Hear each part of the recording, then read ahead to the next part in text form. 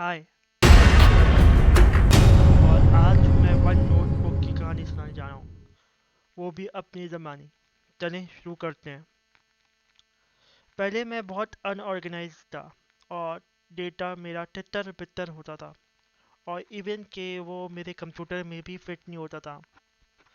और बड़ा रिफ्रेश करके और बड़ी विंडोज इंस्टॉल करके और बड़ी स्पेस देके तब भी डेटा मेरे पास आता नहीं था पूरा।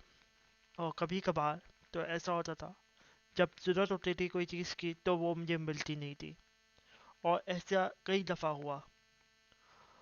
और दूसरी बात, जो मेरे नए फ्रेश आइडियाज़ थे ऑफ द वीडियो के, वो सब टॉयलेट में फ्लश हो जाते थे। तो मैं बहुत लाचार था और पता नहीं था आगे क्या करूँगा मैं। मगर एक दिन नोट नोटबुक आया मेरे सामने, और उसने मेरी ज़िंदगी बदल दी। और जो कि माइक्रोसॉफ्ट 365 का है। और आइए चलते हैं इसके बारे में बात करते हैं। Once David Allen said, "Your mind is having ideas, not holding them."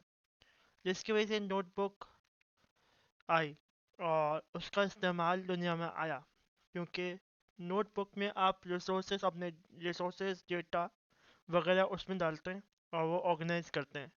और जो बाकी काम है, जो क्रिएटिव काम है, उसको आप ज़्यादा दिन अपने माइंड के साथ फोकस के साथ करते हैं। और जो अपने सेकेंडरी काम है वो सारा का सारा आप अपने सॉफ्टवेयर से करवाते हैं, जिससे जिसकी वजह से नोटबुक मेरे लिए बहुत हैंडी है। और यही चीज़ आप लोग भी करेंगे।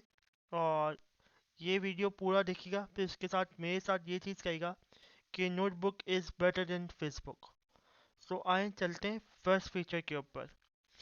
पहला फीचर ऑर्गेनाइज द डेटा है, जो कि नोटबुक में ये आपका ये आपके बुक्स हैं। तो ये मेरी प्रीवियस बुक्स हैं, इसमें मैं प्रीवियस बुक से क्रिएट कर सकता हूँ या कोई न्यू बुक ले सकता हूँ, उसका नाम डाल सकता हूँ। और मुझे ऑप्शन दी हुई है कि मैं वन ड्राइव पे भी सेव कर सकता हूँ।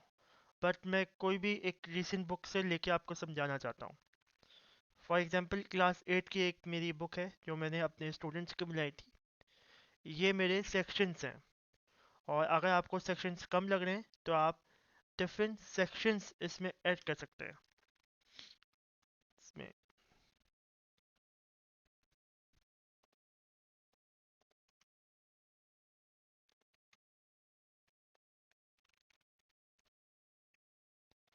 ये मैंने डिफरेंट सेक्शंस ऐड कर दिया इधर। तो इसको आप डिफरेंट सेक्शंस के लिए यूज़ कर सकते हैं। ये बिल्कुल ऐसे वर्क करता है जैसे आप अपना जर्नल पे आप काम करते हैं, या बुक है आपके पास कोई भी स्टोरी बुक या नॉवल बुक। बेसिकली ये उसी तरह से काम करता है, बट ये थोड़ा बहुत डिजिटल है। इस पे आप डिजिटली काम करते हैं जैसे आप वर्ड पे काम करते हैं। सो ये दोनों का मिला के कॉम्बिनेशन है। सो यहाँ पे आप सेक्शंस देखेंगे, डिफरेंट सेक्शंस। एक बुक क्रिएट करेंगे, उसमें आप डिफरेंट सेक्शंस देखेंगे। उसके आगे पेजेस आते हैं मेरे। तो ये पेजेस हैं मेरे, डिफरेंट पेजेस हैं जिसके ऊपर मैंने काम किया हुआ है। तो अगर आप पेजेस को कम करना चाहते हैं तो आप कम और ज़्यादा भी कर सकते हैं ऐसे। सो ये आपके ऊपर डिपेंड करता है। इन पेजेस को आप सब पेजेस भी बना सकते हैं। फॉर एग्जांपल इन पेजेस का सब पेज भी निकलते हैं। सो अगर आपके पास बहुत सारा डेटा है और एक पेज पे नहीं आ रहा तो आप सब पेज भी क्रिएट कर सकते हैं। जैसे एक रेशियो, मेरे पास एक टॉपिक है, उसका बहुत सारे डेटा है, तो उसका सब टॉपिक्स में तो बने हुए हैं, बट अलग अलग पेज पे इनको मैं सब पेज में लाना चाहता हूँ। तो ये मैंने क्लिक किया तो ये सब पेज बन हो गया। और आप ज़्यादा भी सब पेज बना सकते हैं, जैसे 2 या 3 भी बना सकते हैं अकॉर्डिंग टू योर डेटा। तो ये मेरा सब पेज 2 और ये सब पेज 3, ये तीनों हो गए मेरे। मगर आप फर्दर ऑर्गेनाइज अगर करना चाहते हैं अपने डेटा को, तो आप कर सकते हैं। फॉर एग्जांपल ये 3 मेरे मैथ्स के हैं, तो इनको मैं ग्रुप करना चाहता हूँ और इंग्लिश वाले को मैं अलग करना चाहता हूँ। तो मैं इसको कर सकता हूँ।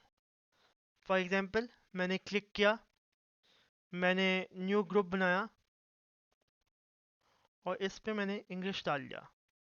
तो मैं अगर ये बंद करूँगा तो ये इंग्लिश आ गया। तो इस तरह से मैं ग्रुप बना सकता हूँ, डिफरेंट ग्रुप्स बना सकता हूँ। तो ये आपको हेल्प बहुत करेगा।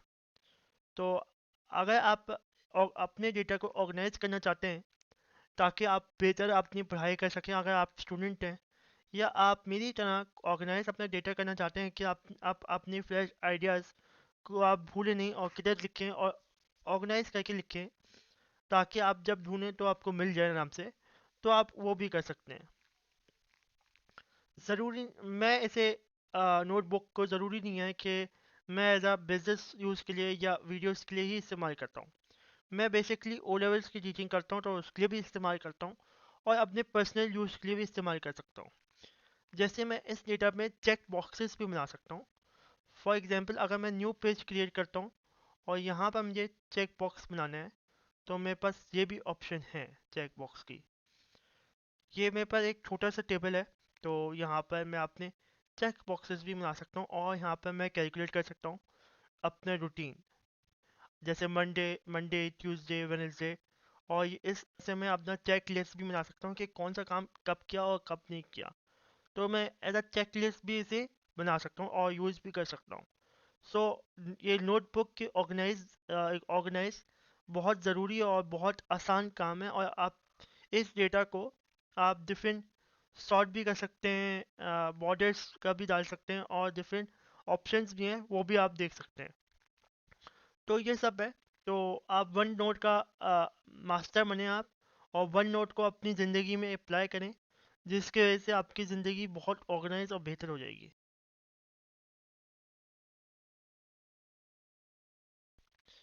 Second feature of the notebook, text. एक टेक्स्ट का हम लोग इस्तेमाल कर सकते हैं रिमेम्बरिंग थिंग्स और कोई भी चीज़ के लिए। जैसे फॉर एग्जांपल मैं टेक्स्ट लगाता हूँ इस सेम बुक के अंदर और टेक्स्ट लगाता हूँ मैं, जैसे फॉर एग्जांपल यहाँ पर डिफरेंट टेक्स्ट हैं, to do, importance, question mark और रिमेम्बर फ्रॉम फॉर लेटर। जैसे फॉर एग्जांपल मैं यहाँ पर एक टैग लगाता हूँ, ये टैग लग गया। और अगर मैं कोई और बुक के अंदर मैं टैग लगाता हूँ, फॉर एग्जांपल इस इधर मैं टैग लगाता हूँ, ये डिफरेंट बुक्स के अंदर डिफरेंट टैग्स लग गए। बट अगर मैं कोई भी और चीज़ पे जाता हूँ और यहाँ पर मैं सिर्फ ये सर्च करता हूँ टैग टैग के बारे में या टैग पे क्लिक करता हूँ तो मेरे पास ये सारे टैग्स आ गए कि ये मेरे टैग्स हैं और यहाँ पर ये काम करना है। तो मैं यहाँ पर डायरेक्ट आ सकता हूँ इन टैग्स के ऊपर और फिर इन टैग्स को मैं रिमूव भी कर सकता हूँ आराम से।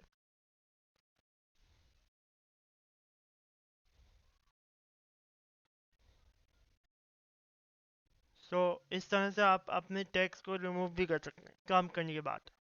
सो आपको ये पता चला कि टैक्स की इम्पोर्टेंस क्या होती है।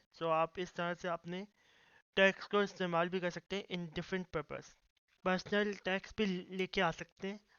अगर आप टैक्स पे क्रिएट करते हैं और नीचे जाते हैं क्रिएट योर ओन टैक्स करते हैं तो आप वहाँ पर अपने पर्सनल टैक्स लेके आ सकते हैं और फिर आप अपने पर्सनल सिंबल यूज़ कर सकते हैं for your personal tag. But आप ऊपर नीचे नहीं कर सकते, आपका जो बना हुआ टैक्स होगा वो हमेशा नीचे आएगा, आप उसे ऊपर नहीं लेके जा सकते। ये डिफ़ॉल्ट है नए नोट वन नोट में। बट अगर आपके पास पुरानी वर्जन ऑफ नोट है ऑफ 2016 2013 तो उसमें आप ऊपर नीचे ले जा सकते हैं, उस पर आप चेंजेस कर सकते हैं बट वन नोट में आप नहीं कर सकते। Third features is sticky notes. Sticky notes बहुत हैंडी होते हैं आपके लिए और आप उसमें नोट टेकिंग कर सकते हैं। पहले मैं पेपर या किसी रफ पेपर पे या स्टिकी नोट्स जो आते हैं येलो कलर के उस पे अपने नोट्स लिखता था और वो बार बार मेरे नोट्स खो जाते थे कहीं ना कहीं। सो मुझे एक दफ़ा स्टिकी नोट्स मिले मुझे इन नोटबुक वन, तो उसका इस्तेमाल मैं अब करता हूँ। अगर आप स्टिकी नोट्स लिखेंगे in notebook one in only in mobile, आप मोबाइल में जल्दी से आप टाइप कर सकते हैं अपने नोट्स उसमें और वो डायरेक्ट इंटीग्रेट होगा in your computer, not in notebook but एक सेपरेट से स्टिकी नोट का आपका ऐप होगी तो उसमें इंटीग्रेट होगा। ये ऐप विंडोज़ में फॉर फ्री डिलीवरी होती है।